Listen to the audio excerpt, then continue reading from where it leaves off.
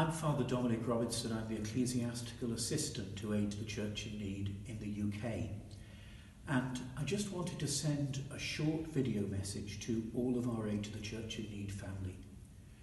To you, if you are a supporter, benefactor, a staff in one of our offices, an area secretary, and also if you're a project partner watching this overseas too. This really is an awful time, and above all, we need to be sensible, neither underestimating the situation nor panicking. We need to stay safe, stay well, but we still need to support each other, supporting each other at a distance. But to say that we are, I hope, still very much together in prayer and care for each other.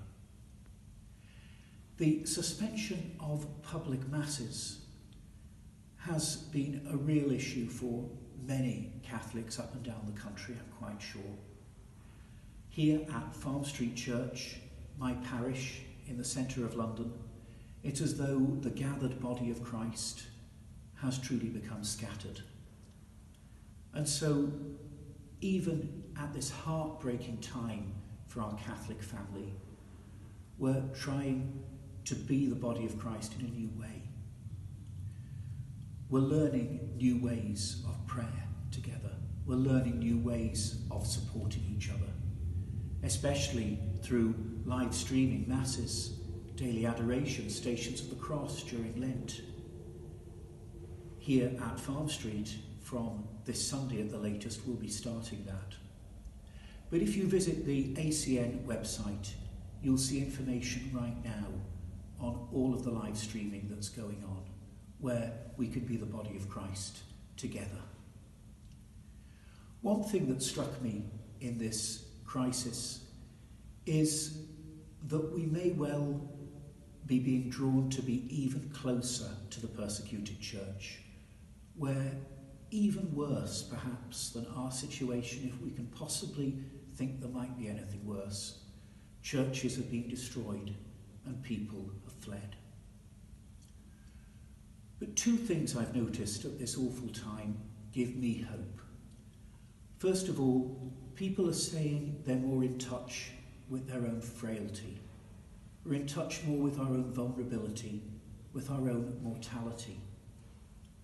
And so perhaps we're more in touch also with Christians around the world who experience this on a daily basis in countries like Iraq, Syria, Egypt, many others.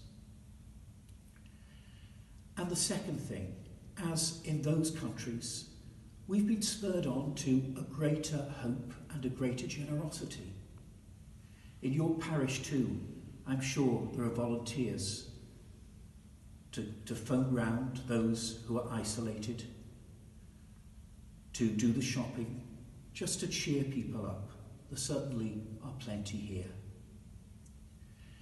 Aid to the Church in Need, we know, is built on three pillars: prayer, information, action. There's probably going to be a little less action and information on the persecuted church in these next few weeks and months.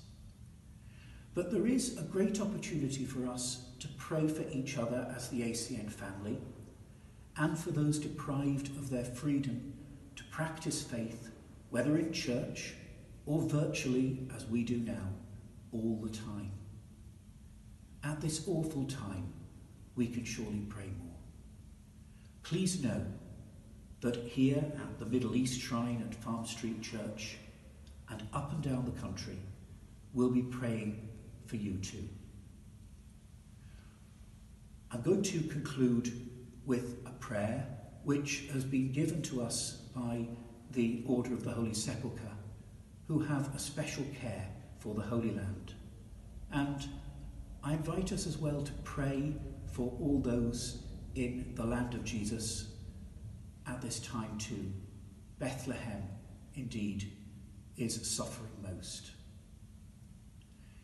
And this prayer is for a time of need just as this, which has been adapted from a prayer from Pope Francis. So I'm going to end with that. O Mary, you always brighten our path as a sign of salvation and of hope. We entrust ourselves to you, health of the sick, who at the cross took part in Jesus' pain while remaining steadfast in faith. O loving Mother, you know what we need, and we are confident you will provide for us as at Cana in Galilee. Intercede for us with your Son Jesus, the divine physician, for those who have fallen ill, for those who are vulnerable, and for those who have died. Intercede also for those charged with protecting the health and safety of others, and for those who are tending to the sick and seeking a cure. Help us, O Mother of divine love, to conform to the will of the Father and to do as we are told by Jesus, who took upon himself our sufferings and carried our sorrows, so as to lead us through the cross to the glory of the resurrection. Amen. Under thy protection we seek refuge, O Holy Mother of God. In our needs, despise not our petitions, but deliver us always from all dangers, O glorious and blessed Virgin. Amen.